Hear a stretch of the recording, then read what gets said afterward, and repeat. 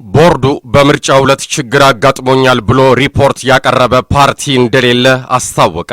የምርጫው ዕለት የሚከሰቱ ችግሮችን ለመቅረፍ አሰራር ተዘርግቶ የነበረ ቢሆንም በምርጫው ዕለት ችግር አጋጥሞኛል ብሎ ሪፖርት ያቀረበ ፓርቲ እንደሌለ የኢትዮጵያ ብሔራዊ የምርጫ ቦርድ አስታውቋል። ቦርዱ ትናንት በሰጠው መግለጫ ላይ የቦርዱ ምክትል ሰብሳቢ ዶክተር አዲሱ ገብረ እግዚአብሔር በመራጮችና በእጩዎች ምዝገባ ወቅት ቀርበው ከነበሩት ቅሬታዎች ውጪ በድምፅ አሰጣጥ ሂደቱ ላይ የቀረበ ቅሬታ የለም ብለዋል። በምርጫው ሂደት 48 ቅሬታዎች ቀርበው በሕግ አግባብ መፍትሄ እንዲያገኙ መደረጉንም አስታውቋል። ይሁንና አንዳንድ የፖለቲካ ፓርቲዎች የምርጫው ጊዜ ካለፈና ጊዜያዊ ውጤት ከተነገረ በኋላ ምርጫው ፍትሐዊ አይደለም፣ ውጤቱን አንቀበለውም በማለት የሰጡት መግለጫ ተቀባይነት የሌለው መሆኑን ቦርዱ አስታውቋል። የቦርዱ ዋና ሰብሳቢ ፕሮፌሰር መርጋ በቃና ትናንት በሰጡት መግለጫ ግንቦት 16 2007 የተካሄደው ሀገራዊ ምርጫ ተከትሎ የወጣውን ጊዜያዊ ውጤት አንዳንድ የፖለቲካ ፓርቲዎች ውጤቱን አንቀበለውም በማለት ያወጡትን መግለጫ ቦርዱ አይቀበለውም ብለዋል።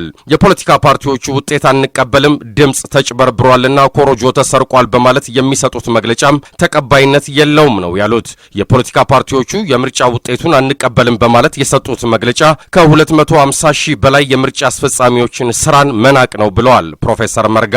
ፕሮፌሰር መርጋ አክለውም የሲቪክ ማህበራትና የአፍሪካ ህብረት ምርጫውን ታዝበውና ምርጫው ፍትሐዊ መሆኑን ገልጸው የሰጡትን መግለጫ የፖለቲካ ፓርቲዎች ሊያከብሩት ይገባል ብለዋል። ምርጫው በዕለቱ የህግ አግባቡን በጠበቀ መልኩ ሁሉም የምርጫ አስፈጻሚዎች፣ የህዝብና የፖለቲካ ፓርቲ ታዛቢዎች በተገኙበት ኮሮጆ ባዶ መሆኑን በማረጋገጥና ሁሉም የምርጫ ቁሳቁስ መሟላቱ ተረጋግጦ ቃለ ጉባኤ ተይዞ ሁሉ ከፈረሙበት በኋላ ነው ወደ ምርጫው የተገባው ብለዋል።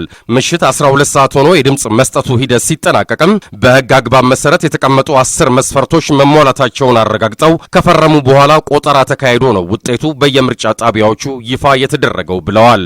አምስተኛው አጠቃላይ ምርጫ ከየትኛውም ጊዜ በተሻለ መልኩ ሰላማዊ፣ ፍትሐዊና ዲሞክራሲያዊ ሆኖ መጠናቀቁንም ገልጸዋል። ቦርዱ አያይዞም በተለያዩ ምክንያቶች ሳይካሄድ የቀረው የቦንጋ ገዋታ ምርጫ በመጪው ሰኔ 7 ቀን 2007 ዓ.ም የሚካሄድ መሆኑን በትናንትናው መግለጫው አስታውቋል። ዘገባው የፋና ብሮድካስቲንግ ኮርፖሬት ነው።